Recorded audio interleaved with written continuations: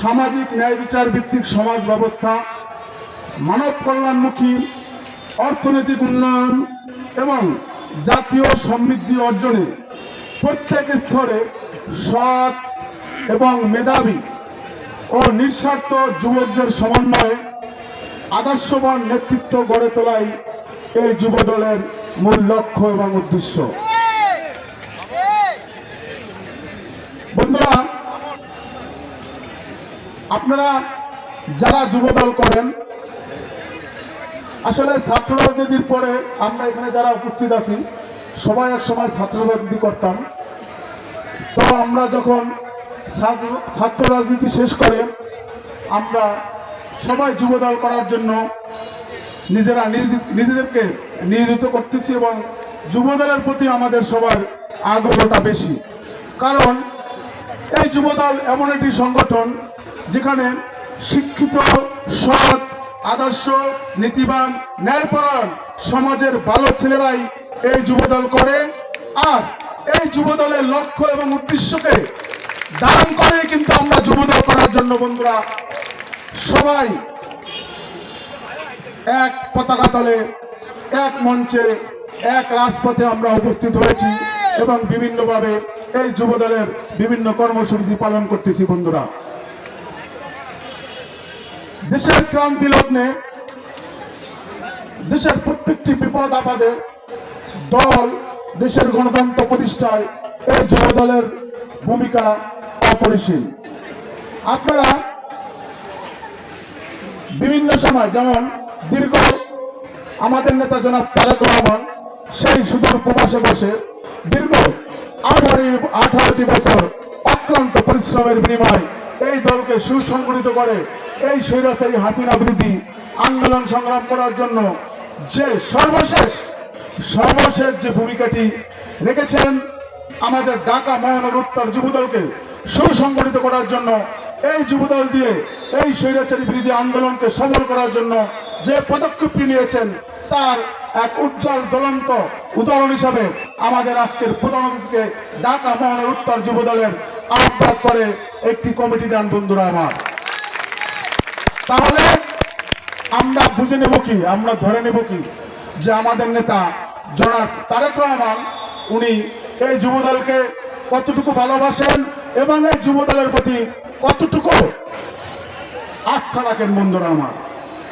আরেকটি কথা বলবো, ঢাকা মহানগর উত্তরের 26টি থানা এবং 71টি ওয়ার্ড আছে। বন্ধুরা, সেখানে ঢাকা মহানগর উত্তরের এই যে আপনাদের দক্ষিণ খান, উত্তর খান, বিমানবন্দর, তুরাগ, উত্তরা, পূর্ব, পশ্চিম, এটি একটি টার্নিং পয়েন্ট যেখানে যুবদলের অনেক নেতৃবৃন্দ বসবাস করে এবং এই যুবদলকে আপনারা যে বিগত দিনে আন্দোলনগুলো করেছেন সেখানে কিন্তু আপনারাই ভালো পারফরমেন্স দেখিয়েছেন এবং সেই হিসাবে আপনাদের প্রতি আস্থা রেখে আমাদের আজকের প্রধান অতিথি কিন্তু আপনাদের সাথে থেকে এই যুবদলের নেতৃত্ব দিয়েছেন। বন্ধুরা আমার, বন্ধুরা আমি এই কথাগুলো এজন্যই বলছি যে আপনি যে আমার পিছে হাঁটবেন বা আমার সাথে কথা বলবেন, অবশ্যই আমার কোনো না কোনো যোগ্যতা থাকা উচিত। আমরা যে কোনো জিনিসই, একটা দোকানে গেলে আমি যদি একটা ভালো শার্ট কিনি অবশ্যই ব্র্যান্ড আমরা খুঁজি যে আসলে শার্টটি কীরকম বা এই ঘড়িটি কীরকম বা এই পণ্যটি কীরকম। আমরা কিন্তু পণ্যটি ভালো দেখেই কিন্তু আমরা সেই পণ্যটি ক্রয় করি। বন্ধুরা আমার, আমরা কিন্তু এখানে যে কয়জন আসলে মহানগরের দায়িত্বে আছে, আমাদের আহ্বায়ক সব যুগ্ম আহ্বায়ক বিন্দু, আমরা শুধু একটি পদের অধিকারী। বন্ধুরা আমার, আপনিও যেই আমরাও সেই, সবাই কিন্তু একই। আমারও একটি ভোট, আপনারও একটি ভোট। আপনি একজন দলের কর্মী, আমরা একজন দলের কর্মী। আপনারা হয়তো ভাবতে পারেন যে এখানে নেতৃবৃন্দ আছেন, আমরা কর্মী, তাদের সাথে আসলে কিভাবে কথা বলবো, আসলে আমাদের যাওয়া উচিত কিনা বা আমরা কিভাবে তাদের সাথে নিজেকে আরো আকৃষ্ট করব, এসব আপনাদের ভুল ধারণা। আপনারা একটি কথা মনে রাখবেন যে আমরা সবাই ছাত্র রাজনীতি করে আসছি। আপনারা যুবদল করতে হলে, কোন সংগঠন করতে হলে, আপনার যা কিছুই করেন না কেন আপনাকে সেটি মন দিয়ে, ভালোবাসা দিয়ে, নিজের অন্তর থেকে উপলব্ধি করেই সেই জিনিসটি বন্ধুরা করা উচিত। আপনি যদি পড়ালেখা করেন অবশ্যই আপনাকে মনোযোগ সহকারে পড়তে হবে, না হলে কিন্তু আপনি পড়াশোনায় সাকসেস হতে পারবেন না, পরীক্ষায় পাশ করতে পারবেন না। আপনি ব্যবসা করলে মনোযোগ দিয়ে ব্যবসা না করলে কিন্তু আপনি ব্যবসায় সফল হবেন না। আপনাকে রাজনীতি করতে হলে, আপনাকে যুবদল করতে হলে যুবদলের লক্ষ্য, উদ্দেশ্য, নীতি, আদর্শ মেনে আপনাকে যুবদল করতে হবে বন্ধুরা আমার, এবং যুবদলকে ভালোবাসতে হবে বন্ধুরা আমার। আরেকটি কথা বলবো, আমার বিগত নেতৃবৃন্দ বলেছেন যে 5ই আগস্টের পূর্বে অনেকেই ছিল না। আসলে আমরাও সেটা জানি যে 5ই আগস্টের পূর্বে কারা ছিল। 28 তারিখে যে আমাদের মিছিলটি হয়েছিল সেখানে অনেকেই ভাবছিল যে 28 তারিখের পরেই সামনে নির্বাচন, বিএনপি ক্ষমতা আসবে। তা আমার তখন 5 জনের কমিটি ছিল, সেখানে মিছিলে আমরাই জায়গা পেতাম না। এত নেতৃবৃন্দ, বিভিন্ন থানা, ওয়ার্ড, কলেজ, বিভিন্ন জায়গা থেকে ব্যাপক নেতৃবৃন্দের উপস্থিতি ছিল।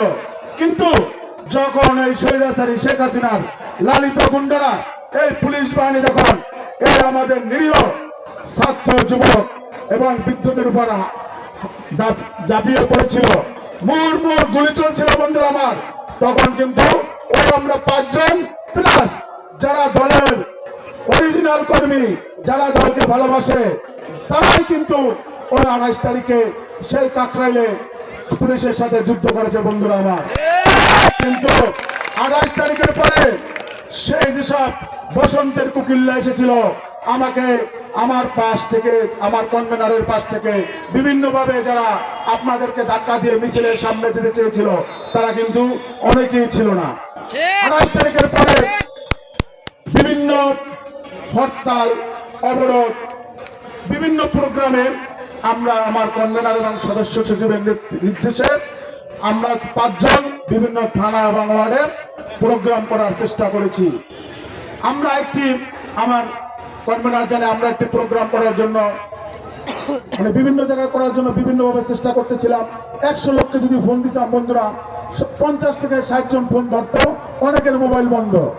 আবার যখন প্রোগ্রামে উপস্থিত হতাম দেখতাম 30-40 জন আসছে, কেউ ফুটপাথ থেকে আসতেছে, কেউ বাদাম খাচ্ছে, কেউ চা খাচ্ছে, মানে কাউকে একত্রিত করা সম্ভব হচ্ছে না।